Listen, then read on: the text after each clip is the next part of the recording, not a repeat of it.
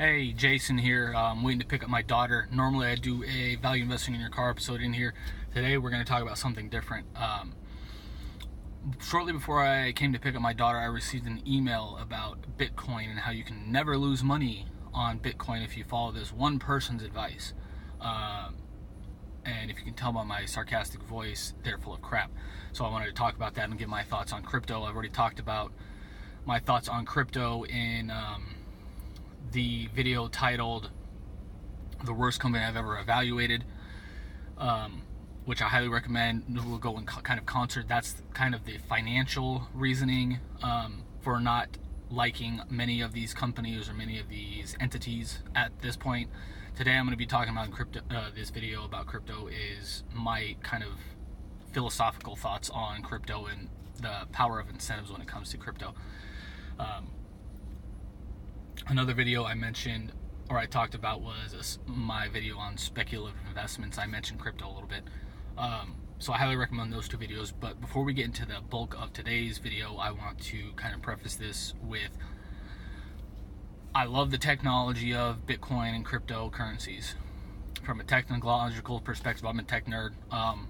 I think it's absolutely fascinating that this technology is available now, that I'm alive during this time, and I think it's just fascinating, and it's endlessly fascinating to me. From my libertarian political perspective, I love that Bitcoin and these other cryptocurrencies are kind of putting up the middle finger to governments around the world, saying you're not going to control us, and we're going to do whatever we want. We're going to have our own currency type of thing. From that perspective, I love it. Personally, I think, again, it's fascinating, and I think that Bitcoin and other cryptocurrencies can change the world if they can keep out of government's hands, which I'll talk about in a little bit. But so I want to preface that with what I'm about to say, because I know there are a lot of Bitcoin lovers out there that are probably, and cryptocurrency lovers out there that aren't going to like this video. So I want to preface that with, personally, kind of intellectually, politically, I love cryptocurrencies, but from a finance and value investment and investment perspective, to me it makes zero sense. Why people would invest in these in the real sense and long-term invest in these. These are more speculative investments to me, which are fine. I have no problem with speculative investments. If you want to put 5, 10, 20%, whatever money you are willing to kind of lose and still be happy and still sleep at night, I'm perfectly happy with you doing whatever you want to do with your money. I have a problem when people term these long-term, safe, no-risk investments, like an email I got today. I've never seen to my knowledge, I've never seen this website before today. I've never heard of this email address. I've never heard of this company. And out of the blue today, I got an email from somebody. The title or the subject line was, "How you can invest in Bitcoin with no risk of losing money." And the second kind of part of the subject line was, "Your responsible investment partners." Some crap like that, and I mean that. If you see somebody that says any investment, let alone brand new technology and brand new companies, are no risk of losing money, they're full of shit. You need to run as far away if you can as possible from those people, because if you trust those people, you're going to lose your money. So that's kind of why I want to talk about why my thoughts are the way they are on crypto, when I personally, kind of intellectually and politically, love them, but financially they make zero sense. I'm a big believer in the power of incentives. Charlie Munger, I don't know if he coined it, but that's where I learned it from, the power of incentives. Thinking what is kind of going to make people do better, what's going to make them do worse, what consequences there may be, stuff like that is pretty much what the power of incentives are. So, while I love pretty much everything about these investments or these speculations from a personal, technological, kind of philosophical and political view, from a financial perspective and an incentives perspective, what they're trying to do, in my opinion, isn't going to happen.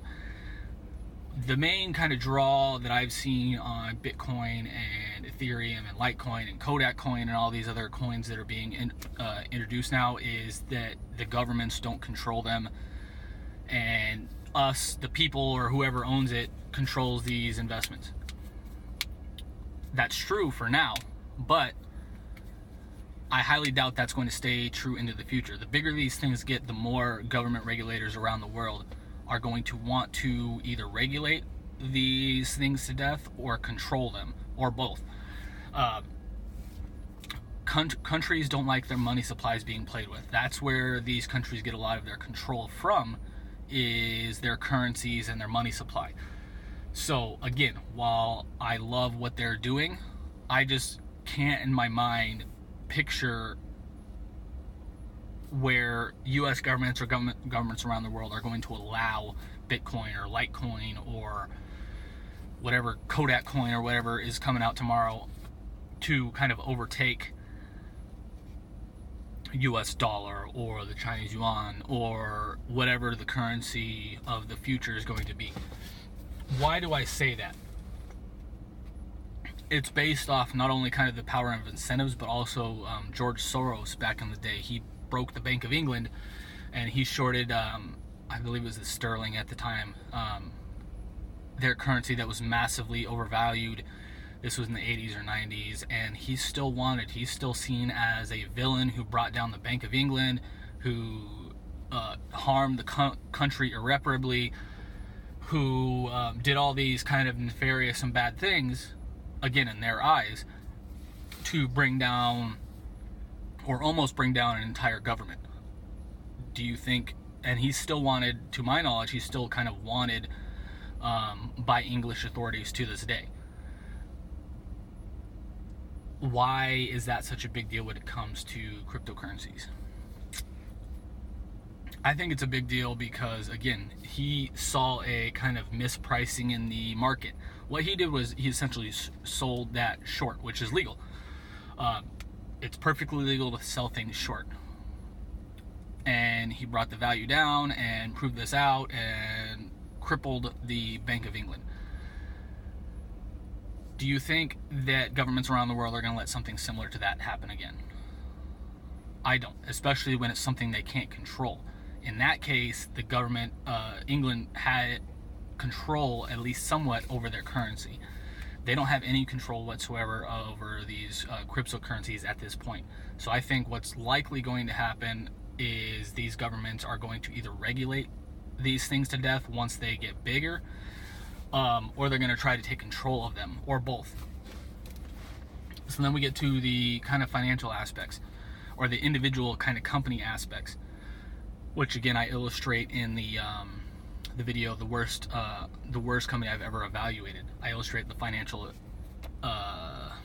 metrics and give my reasonings for why it's the worst company I've ever evaluated over thousands of companies I've ever evaluated. Over 11-year period, of by far the worst company I've ever seen, doing things sometimes I've never seen a company do before ever. I illustrate a lot of the financial reasons for that individual company and why they suck so bad and why they're so awful in that video. But a lot of that, what I talk about in the video, pertains to all these kind of new public companies around crypto coin, is that they're not making profits. They're not making profits whatsoever. You have to make profits to continue to sustain your business. You can't continue to dilute shares or take on debt like that company was doing. So in my opinion, it's kind of like the lottery. 1 out of 10 of these companies, actually probably worse than the lottery, it's probably like back in the day, the gold rush. People who are going to make the most money are people selling these kind of assets and contracts and abilities. People who are going to kind of lose money over in general are going to be the people who buy these investments or go after the gold in the case of the gold rush. Of course, there will probably be a handful, dozens, small percentage of people who will make a lot of money in Bitcoin. But for the most part, the people who are going to be making the most money are the people behind the kind of curtains who actually have control over these assets and who control these contracts and stuff like that. That's another kind of lesson from history, is that most people don't know that, or a lot of people know that a lot of people went bankrupt in the gold rush back in the day in the 1800s in the United States, but most people don't know that the people who made the most money were people who selling picks and shovels and jeans and tents and things that people were actually necessary. Another reason this email kind of drove me nuts today is because if you say you can't lose money in Bitcoin, investing in Bitcoin just lost more than 50% of its value in a month, in the last 2 months as of this recording. So how can you, I mean, even let's say they don't sell, you're still technically losing on paper 50% plus loss if you bought at the height. Around $20,000, and last time I looked it was under $10,000 or around $10,000. How can that person legitimately say that you can't lose money in Bitcoin when Bitcoin just lost 50% of its value? Makes literally 0 sense. Again, that person's full of crap. I'm not even going to release their name or their email address or anything because I don't want people spamming them. And I don't even want to give them any kind of name recognition whatsoever. But they are full of shit. I will tell you that. About that particular email. And then in terms of kind of again, from a finance perspective, I'm struggling with the words here to say it, because from a finance perspective, it makes 0 sense to me, but from a technological, philosophical, political perspective, it makes perfect sense to me. But when it comes down to everything, I'm a numbers guy, and I base everything off the numbers. These investments, or these companies at least that run these investments, at least the public ones I have seen, are not making any money. They're not making any profits. They're just taking on debt and diluting shareholders to continue to pay these contracts, which is eventually going to blow up in everybody's faces. So I felt I had a moral obligation to kind of tell people about this, especially if you want to see the financial specific aspects. Go to my video. What is the title? The worst company I've ever evaluated. What goes over all the financial aspects of why that company is by far the worst company I've ever seen, and why. Another way, and before I kind of end, I just remembered another kind of way I like to explain, because another reason I'm answering this is because I get asked a lot about crypto, and because I'm known as kind of the finance guy, investment guy in my network of friends and family, so I get asked about crypto all the time, and I want to protect people from doing foolish things with their money. Again, if you want to speculate, I'm all up for that, but no, it's a speculation. Don't call it a long-term safe investment. You can, with 0 risk of losing money. That's stupid.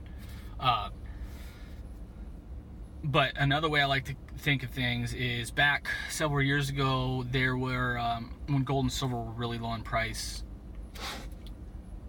people were buying baskets of gold and silver stocks, gold and silver miners, and hoping one would kind of hit and go up a lot.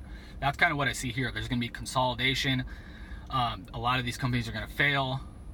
Maybe 2 or 3 out of 10 companies will succeed, and then 1 out of 10 will just kind of skyrocket. It's almost impossible to figure out which one of those companies is going to be successful over the long term, who's going to get bought out, who's going to get merged with another company, who's going to go bankrupt, who's going to skyrocket. It's almost impossible. You're pretty much playing the lottery. 1 out of 10, in my opinion, is going to probably skyrocket and take the lead over everything over the long term. 8 or 9 out of 10 will likely go bankrupt or be worthless in some kind of fashion. Produce 0 returns for shareholders, lose a ton of money for shareholders, or just outright go bankrupt. So in my opinion, you're playing the lottery, which is why I deem these speculative investments not long-term kind of safe investments from my perspective.